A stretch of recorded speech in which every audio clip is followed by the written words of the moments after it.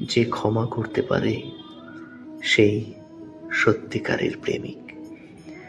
রাগ করা অনেক সহজ, দূরে সরে যাওয়া আরো সহজ, সম্পর্ক ভেঙে ফেলা সব থেকে সহজ। কিন্তু ভাঙার পরেও যে হৃদয় জোড়া লাগাতে চায়, যে অহংকার ছেড়ে ক্ষমা করতে পারে, সেই মানুষই প্রকৃত প্রেমিক। আজ আমরা কথা বলবো ক্ষমা কেন প্রেমের সবচেয়ে বড় শক্তি। প্রেম আর অহংকার একসাথে থাকতে পারে না। যেখানে আমি বড়, সেখানে আমরা ছোট হয়ে যাই।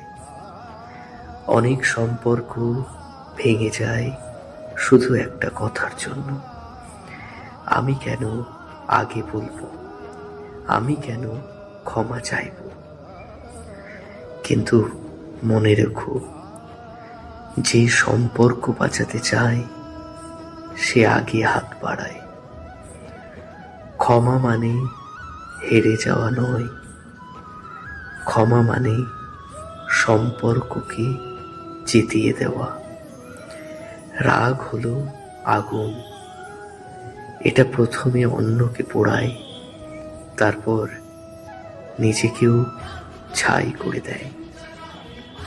আর ক্ষমা হলো জল, যা সেই আগুনকে শান্ত করে। তুমি যদি কাউকে সত্যিকারের ভালোবাসো, তাহলে তার ভুল দেখেও তাকে ছেড়ে দেবে, নাকি তাকে বুঝতে চেষ্টা করবে? সত্যিকারের প্রেমিক জানে মানুষ ভুল করবেই, কিন্তু ভালোবাসা ভুলের থেকেও বড়। ক্ষমা করা খুব কঠিন, কারণ আমাদের ইগো আঘাত পায়, আমাদের আত্মসম্মান কষ্ট পায়। আমরা ভাবি সে আমাকে কষ্ট দিয়েছে, কিন্তু প্রশ্নটা হলো, তুমি কি কষ্টটাকেই ধরে রাখবে নাকি ভালোবাসাটাকে? ক্ষমা মানে ভুলকে সমর্থন করা নয়, ক্ষমা মানে নিজের হৃদয়কে শান্ত করা।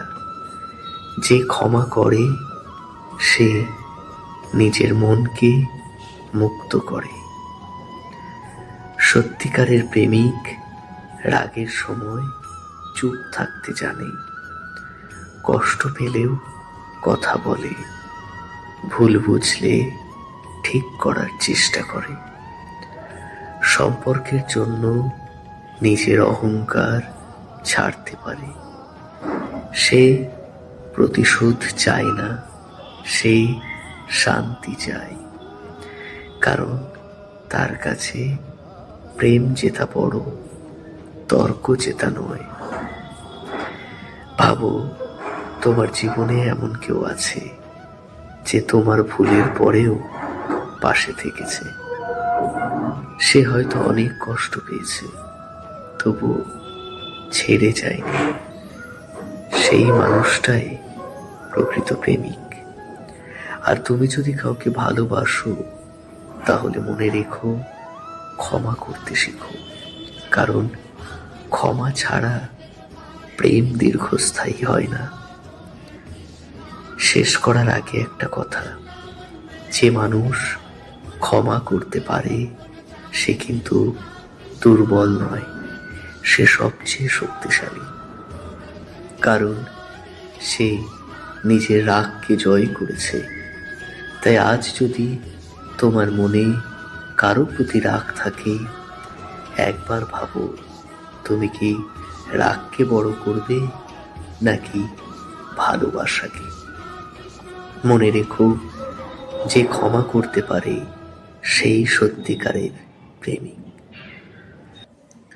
এই ভিডিওর কথাগুলো যদি তোমাদের হৃদয় স্পর্শ করে, তাহলে ভিডিওটি লাইক করো, চ্যানেলটি সাবস্ক্রাইব করো আর শেয়ার করো তোমার প্রিয় মানুষদের সাথে। কমেন্ট বক্সে অবশ্যই লিখো জয় শ্রীকৃষ্ণ, হরে কৃষ্ণ।